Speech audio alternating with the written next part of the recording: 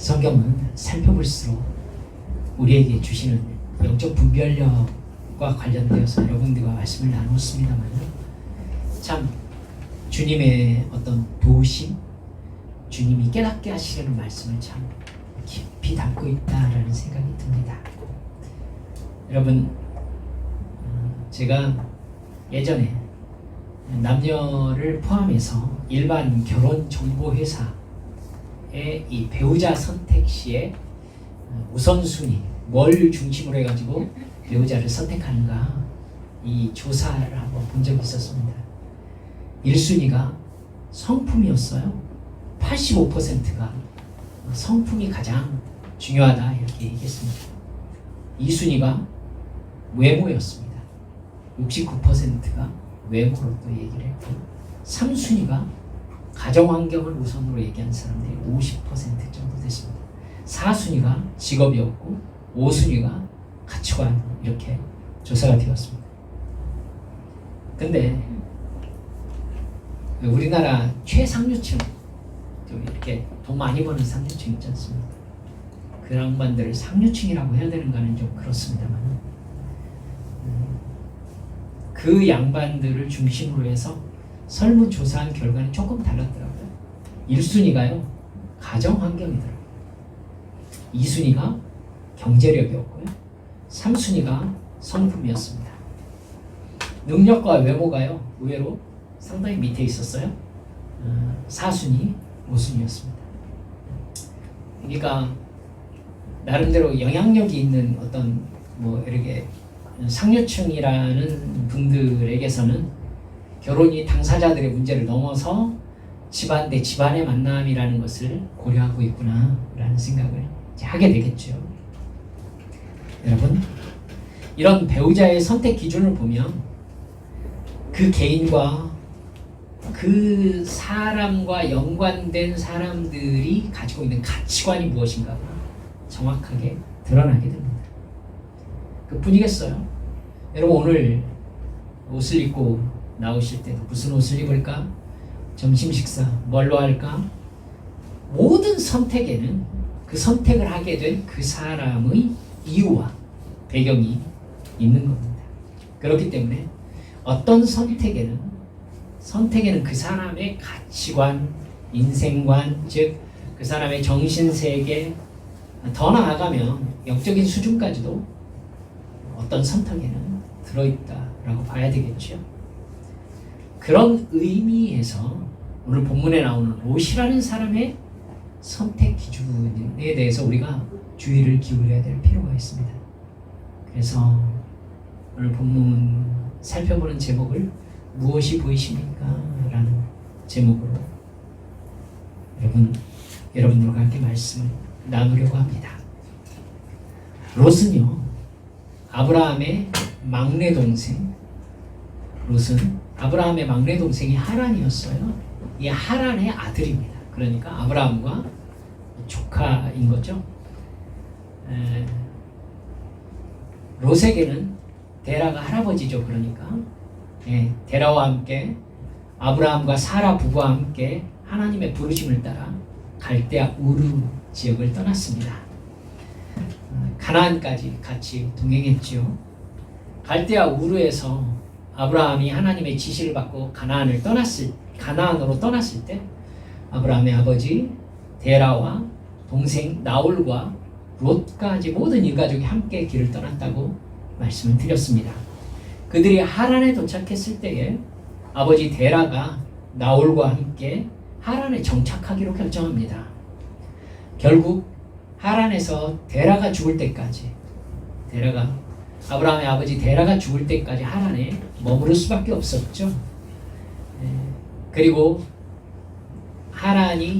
하란에서 데라가 죽은 다음에 아브라함이 75세가 되었을 때 하나님께서 하란을 떠나라. 그래서 내가 너에게 지시할 땅으로 가라. 이렇게 말씀하셔서 가나안으로 다시 떠나게 되었습니다.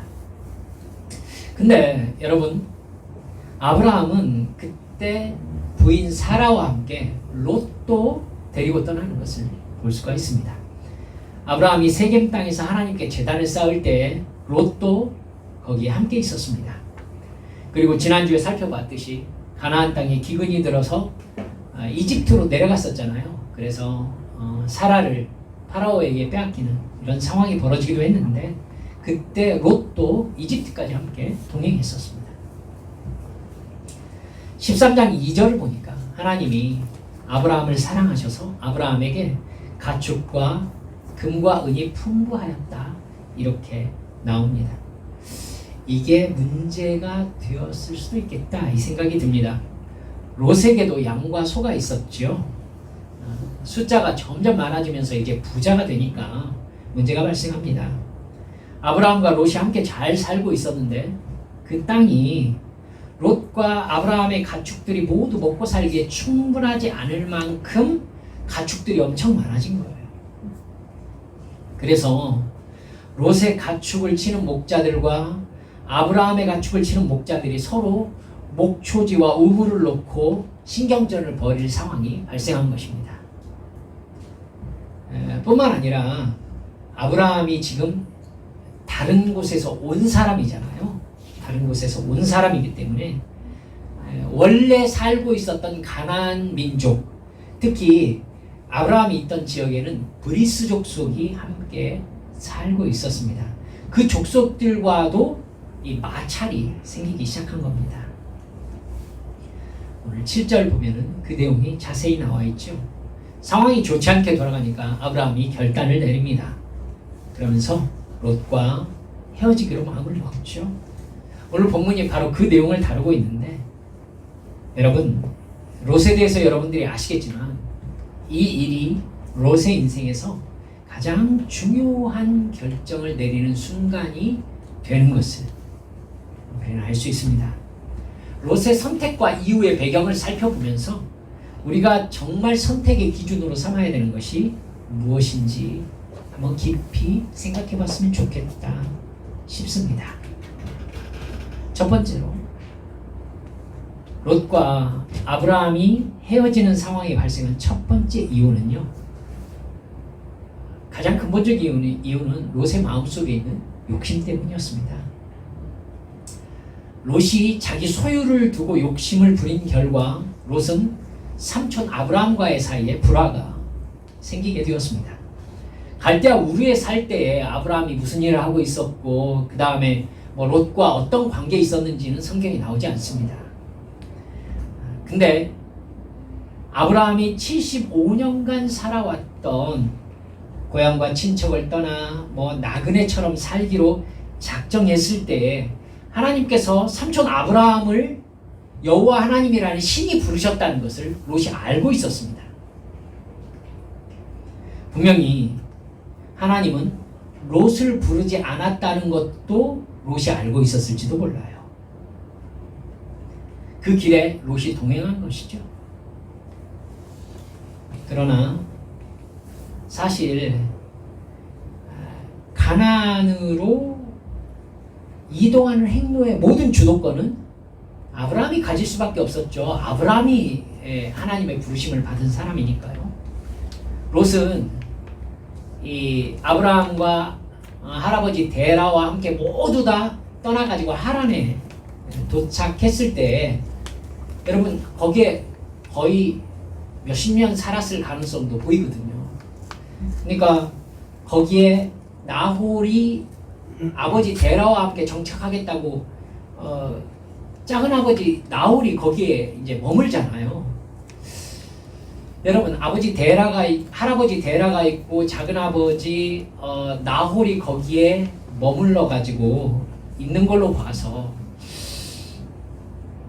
어쩌면 롯은 아브라함을 따라오는 것보다 하란에 머무르는 편이 더 마음이 편했을 가능성이 있어요.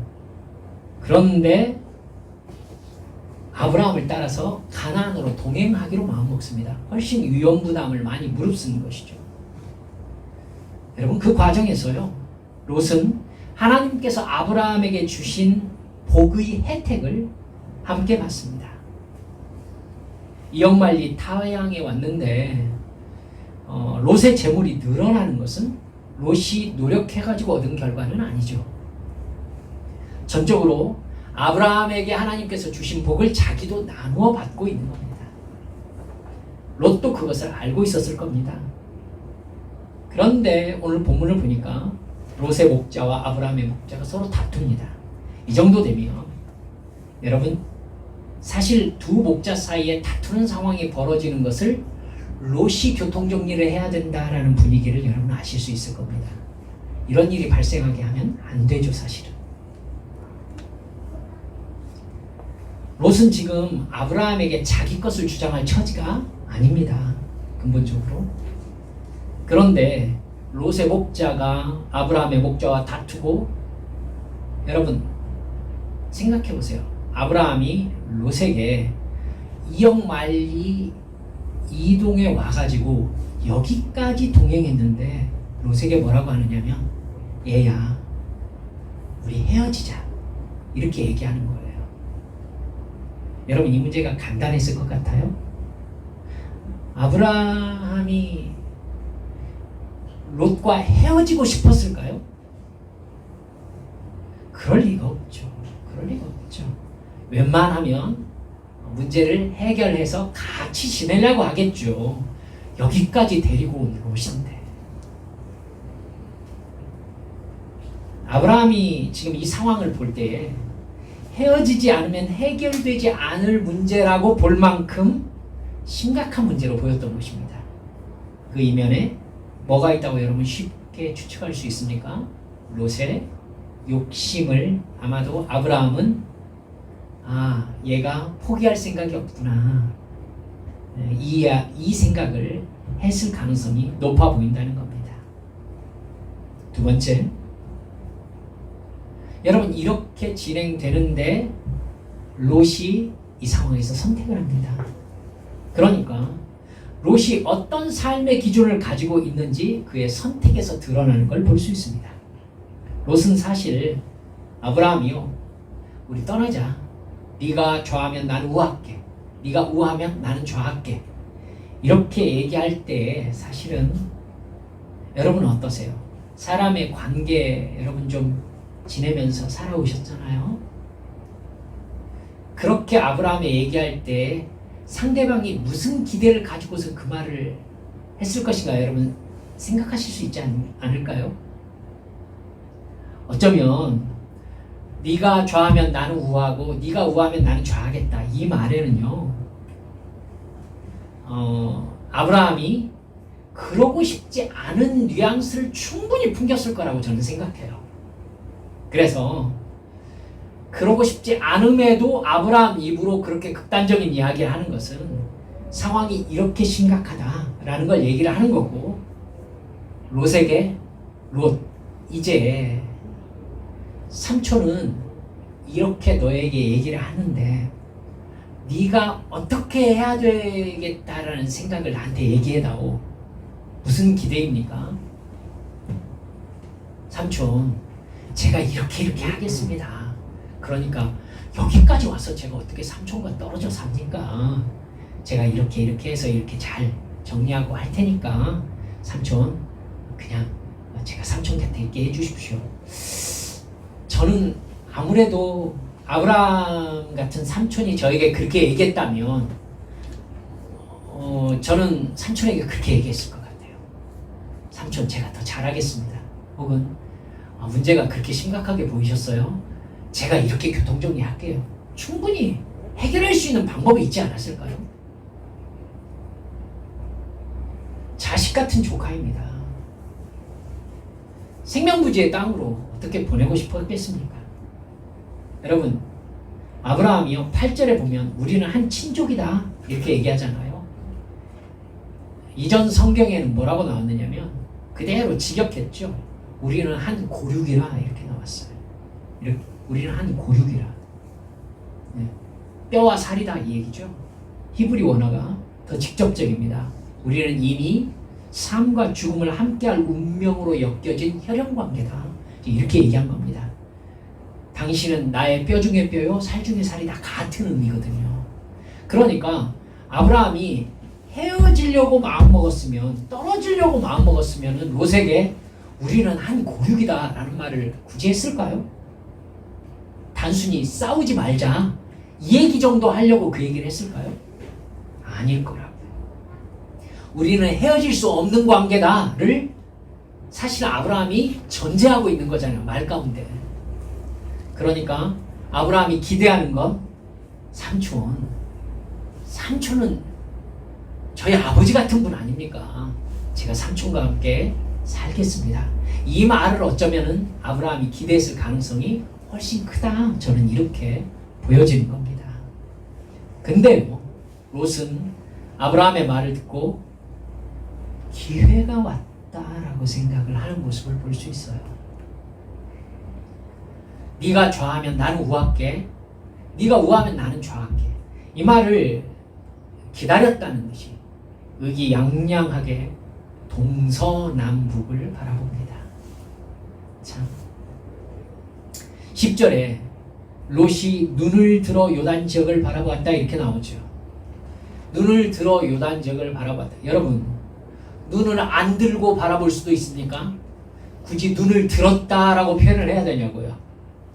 무슨 의미인지 아시겠죠? 그가 눈을 들었다 이 얘기는 우리가 읽는 사람에게 어떤 광경을 떠올리게 하냐면 슬로우 비디오를 돌려보는 듯한 느낌을 준다고요. 그러니까 그 말을 듣고 롯이 마치 슬로우로 바라보듯이 그렇다면 하면서 요단 지역을 쫙 바라본 것입니다. 그러니까 롯은요 완벽하게 기회가 왔다라고 받아들였다는 걸 표현하고 있는 말이 눈을 들어라는 말입니다. 눈을 들어.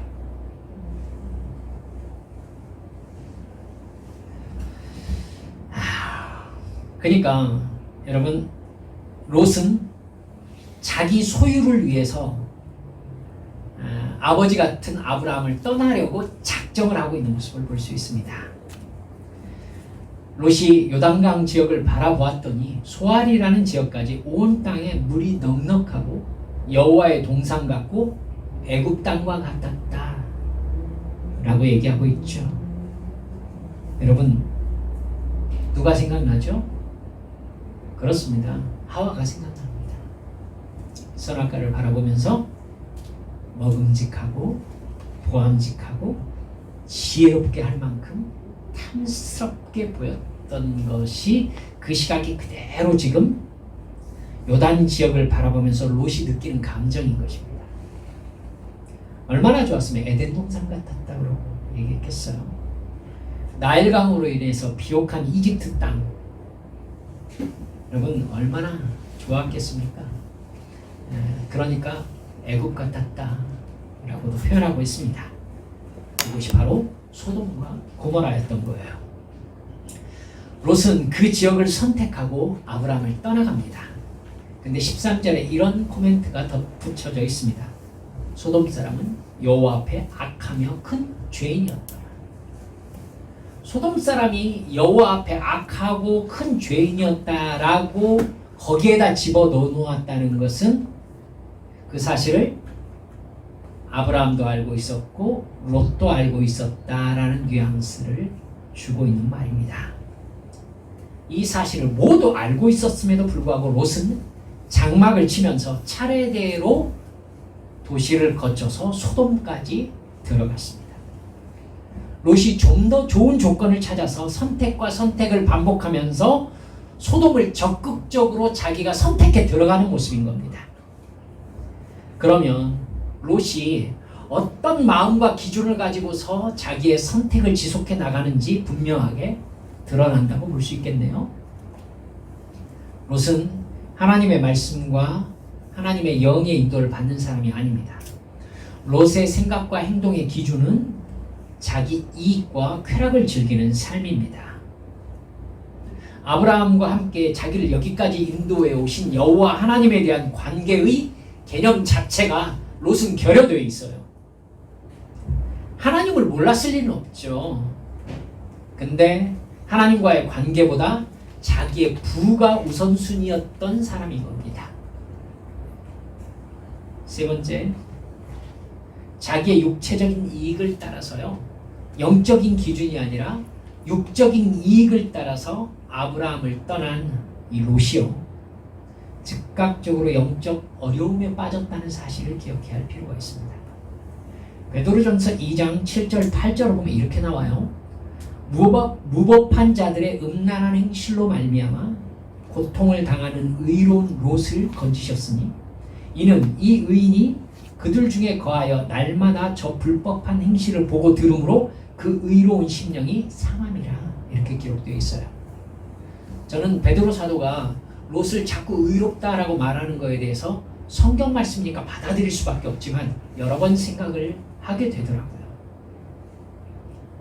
분명히 롯은 아브라함과 함께 하나님의 언약에 동참한 사람입니다.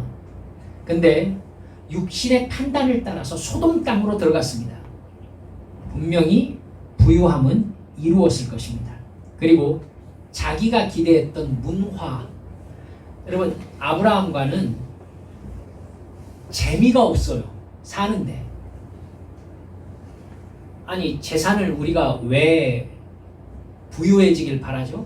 그걸 가지고 뭔가를 하고 싶어서 그러잖아요. 나를 즐겁게 하고 싶어서, 여행을 떠나고 싶어서, 힘써 일하지 않아도 뭔가 재미있는 인생을 살기 위해서 돈을 벌잖아요. 근데 롯은 젊은데 양과 소, 자기의 소유는 많아지는데 재미가 하나도 없는 거죠. 사람이 없잖아요. 아브라함이 기르던 한 사람이 완전히 없는 건 아닌데, 제가 말씀드렸죠.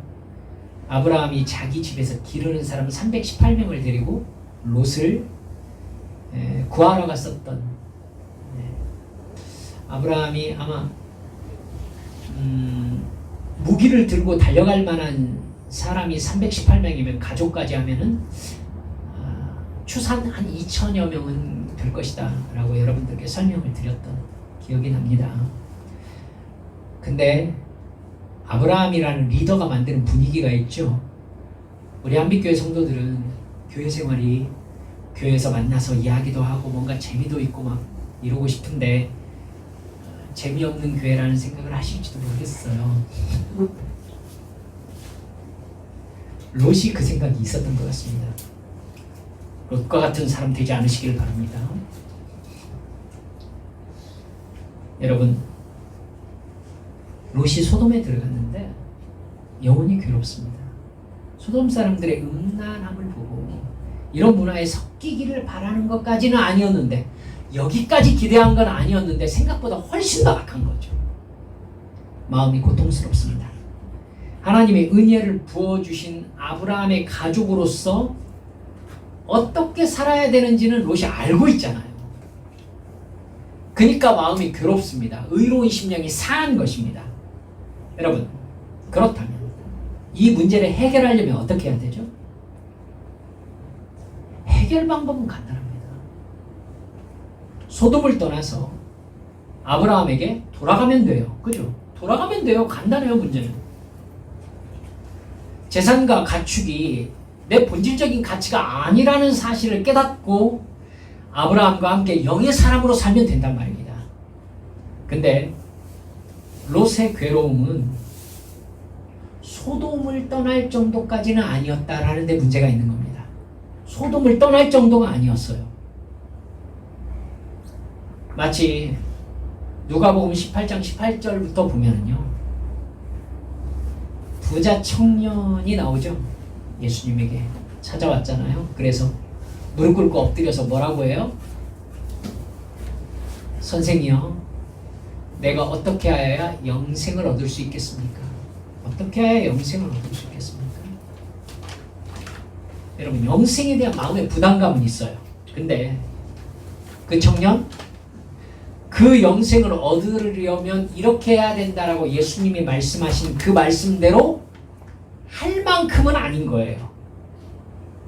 롯의 마음 이해하시겠죠? 네, 너의 모든 것을 팔아가지고 가난한 자에게 나누어주고 나를 따르라.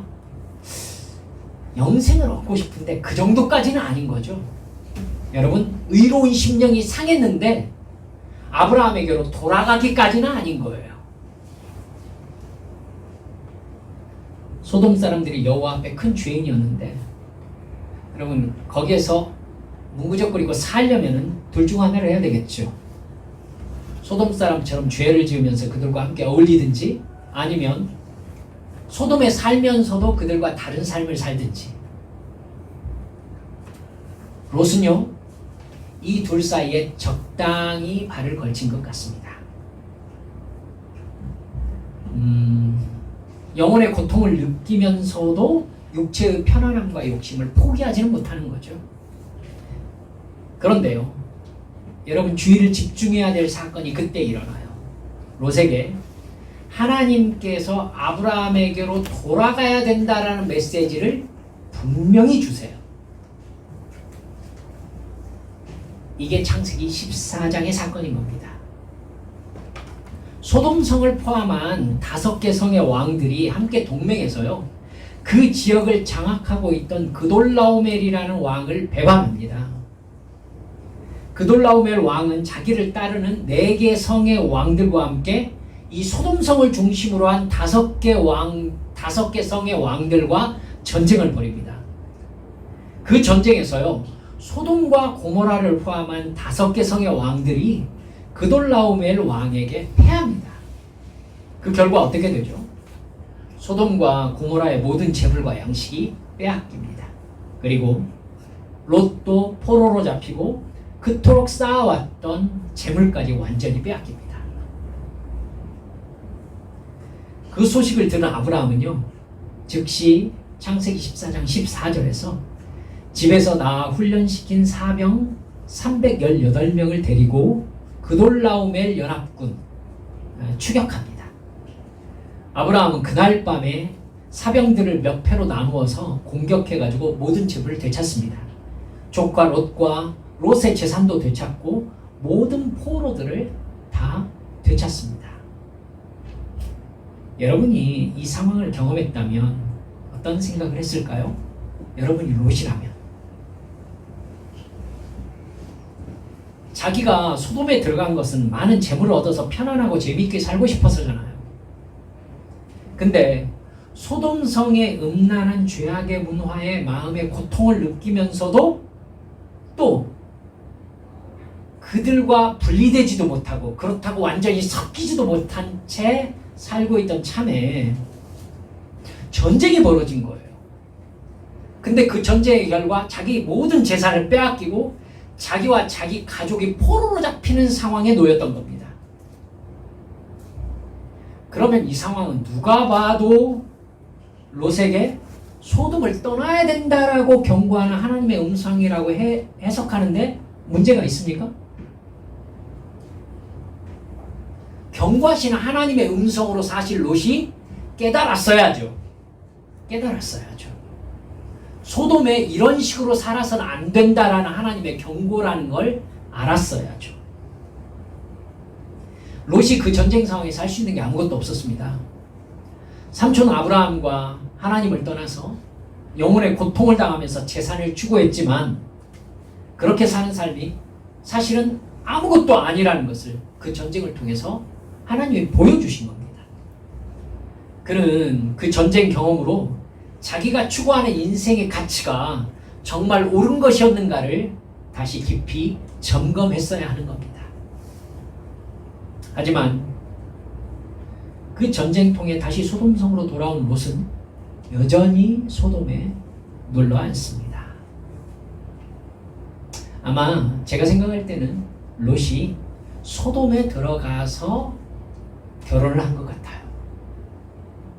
소돔성에 들어가서 결혼을 한 것 같아요. 그래서 2 딸을 거기서 낳은 것 같아요. 그러니까 아브라함이 그돌라오멜에게서 찾아왔다라고 얘기할 때 부녀를 찾아왔다라고 나와요. 부녀. 그러니까 롯의 친척들, 그러니까 롯의 부인의 친척들까지 모두 구해오고 부녀를 데리고 온 것입니다. 그러니까 롯의 가족들, 롯의 부인과 롯의 딸들을 같이 포로에서 데리고 온 것입니다. 이 관계가 롯을 소돔성에서 떠나지 못하게 했을까요? 왜 지속적인 마음의 고통이 있는데도 거기에 다시 주저앉는 것일까요? 답답합니다. 여러분, 이 롯의 상황을 볼 때 제가 생각할 땐 그렇습니다. 몇 주 있다가 이 부분을 살펴볼 거예요. 근데 결국 우리는 이 소돔과 고모라의 결론을 알고 있기 때문에 너무 쉽게 얘기하는지도 몰라요. 제가 그 함정에 빠져서 롯이 처한 상황을 가볍게 생각하고 있는 건 아닌가라고 제가 여러 번 생각했습니다만은, 가볍게 생각하든 무겁게 생각하든 롯이 소돔성을 떠나야 했었던 이유는 충분합니다. 그곳에 가지 않았어야 했었고, 거기에서 하나님이 그런 식으로 전쟁으로 경고하셨을 때 거기에서 떠났어야 했었습니다. 하나님은 결국 소돔과 고모라 성을 하늘에서 불을 내려서 멸망시키지 않습니까? 그렇다면 지금 롯이 겪었던 이 전쟁은요, 소돔과 고모라를 향한 하나님의 경고와 돌이킴을 촉구했던 사건이지요. 하지만 여러분, 영적으로 어두워진 롯은 하나님의 이런 계획에 대해서 전혀 감이 없습니다.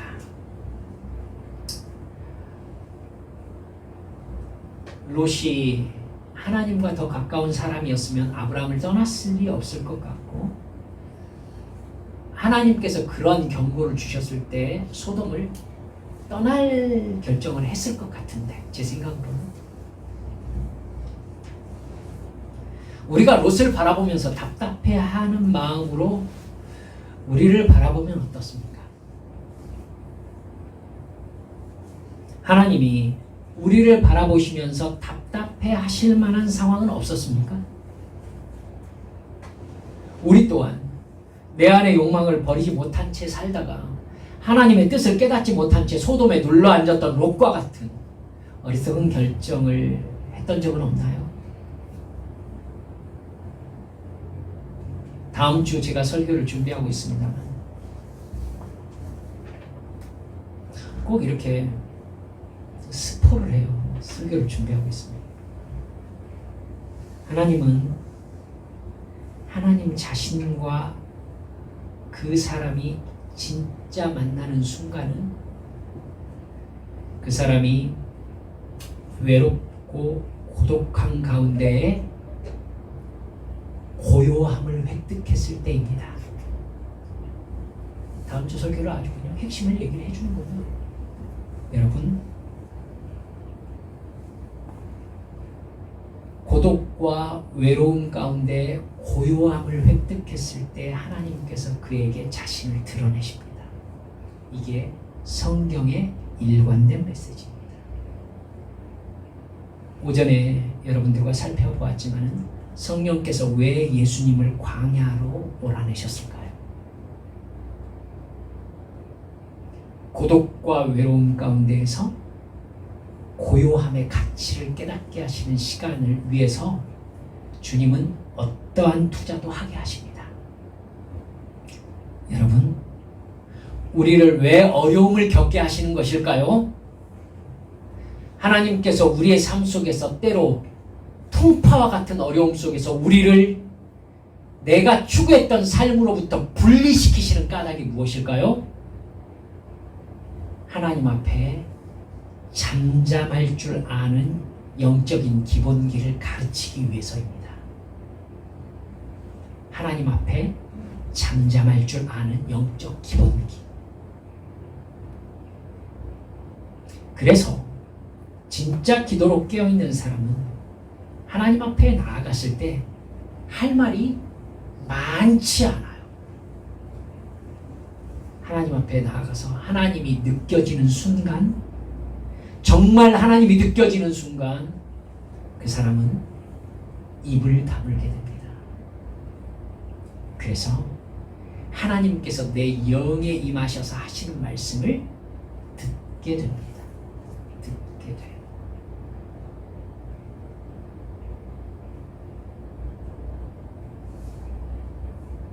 여러분, 이게 훈련되어 있지 않으면요, 영적인 하나님의 경고와 돌이킴의 감동이 있는데도 그걸 뭉개게 됩니다. 그래서 그냥 버티면서 롯이 전쟁을 겪고 나서도 소돔을 떠날 생각을 하지 않은 채 거기에 뭉개고 엉덩이 문지르면서 거기 그냥 앉듯이 그렇게 그 죄악의 자리에 머무르게 됩니다. 머무르게 된다고요.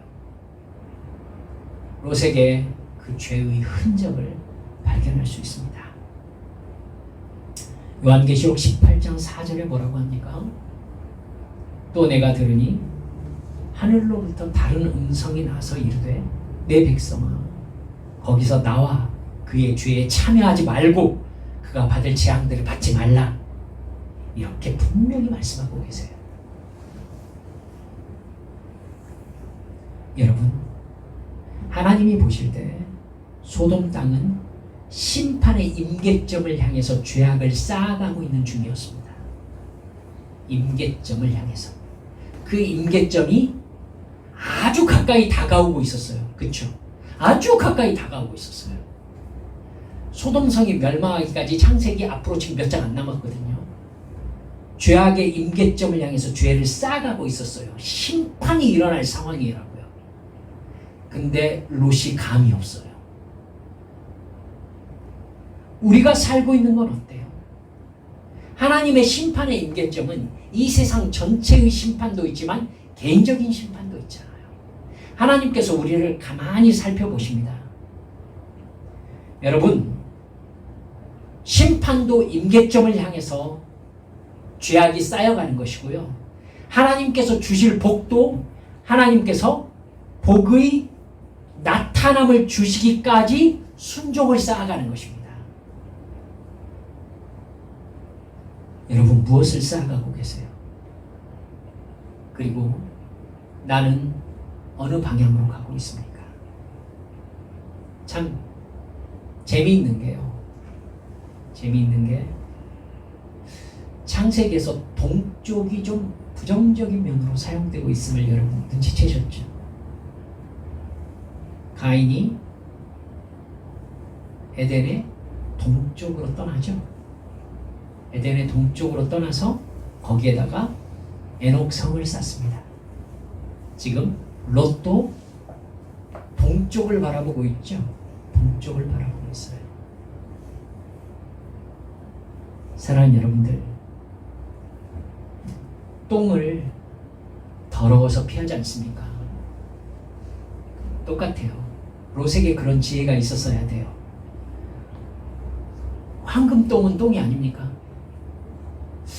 비유가 영 마음에 안 드네요. 죄송합니다. 똥이 황금이라면 여러분 죽어가실 것 같아서 취소하겠습니다. 죄는 더럽다고 느껴야 돼요. 제가 무슨 의도로 황금똥이라고 얘기하신지 여러분 아셨으면 좋겠어요. 여러분, 황금처럼 보이지만 똥이라고요. 그러니까 그건 더러워서 피해야 된다고요. 이게 죄를 대하는 우리의 마음이에요. 더러워서 피하는 거예요. 롯에게 그런 지혜가 있었어야 했었어요. 우리에게도 이런 지혜가 있어야 잘못된 선택을 하고 후회하는 상황을 맞지 않을 수 있는 것입니다. 말씀을 냈습니다. 롯의 인생에서 정말 잊지 못할 고통스러운 상황은요, 하나님과 아브라함을 떠나는 것으로부터 시작되었습니다. 사사시대처럼 하나님의 뜻이 아니라 자기 소견에 오른 대로 영적인 기준이 아니라 육신의 기준을 따라서 욕심의 눈으로 죄악의 땅인 소돔에 뭉개고 살았기 때문에 고통스러운 상황을 맞이하게 된 것입니다. 그는 소돔 땅에 들어간 다음부터 영혼이 고통스러워졌고 전쟁을 경험하면서 자기 욕심이 얼마나 헛된 것인지를 깨달을 수밖에 없었습니다. 결국 여러분, 우리가 생각할 수 있는 게 이거죠. 하나님의 사인은 넘쳤습니다. 너 거기 살면 안 된다. 그들과 어울려서는 안 된다. 거기를 떠나야 한다. 내 백성아, 거기에서 나와라. 이 하나님의 음성은 롯에게 넘쳐 있었어요. 근데 롯은 그 하나님의 경고를 영적으로 해석하지 못한 채 끝내 결단하지 못했습니다. 우리 삶을 돌아봅시다. 결단하고 뭉구적거리던 그는 나중에 인생에서 가장 나쁜 상황을 경험하게 됩니다.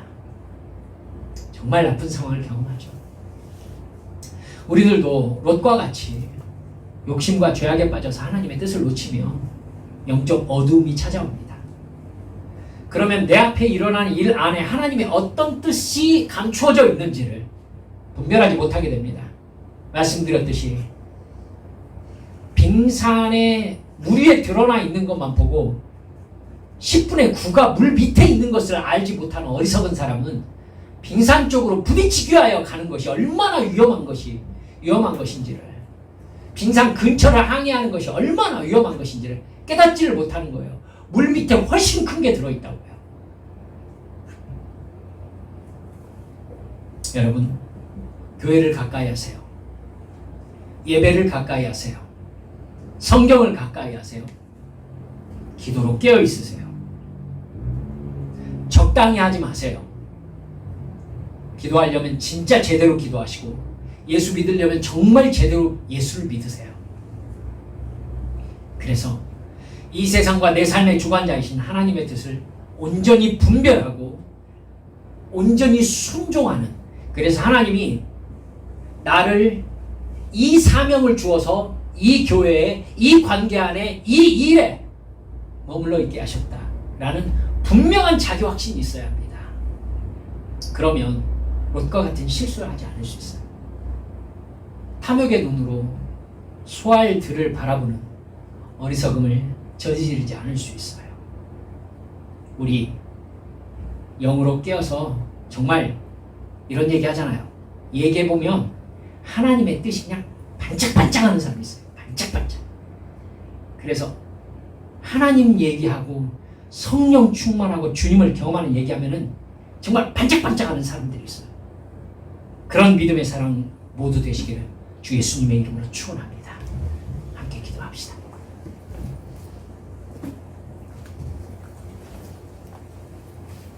여러분, 이 시간 기도할 때요,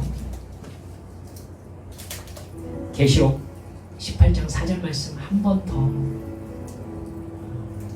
읽어보고 싶어요. 또 내가 들으니 하늘로부터 다른 음성이 나서 이르되 내 백성아 거기서 나와 그의 죄에 참여하지 말고 그가 받을 재앙들을 받지 말라.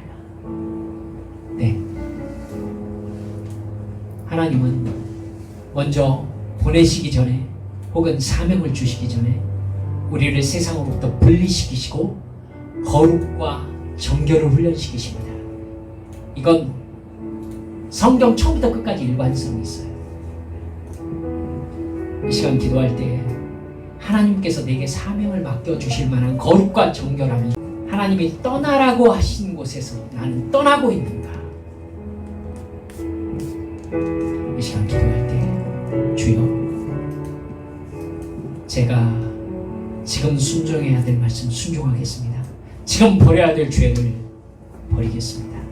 하나님과 다시 약속하시면서 동서를 기도하시겠습니다. 기도합니다.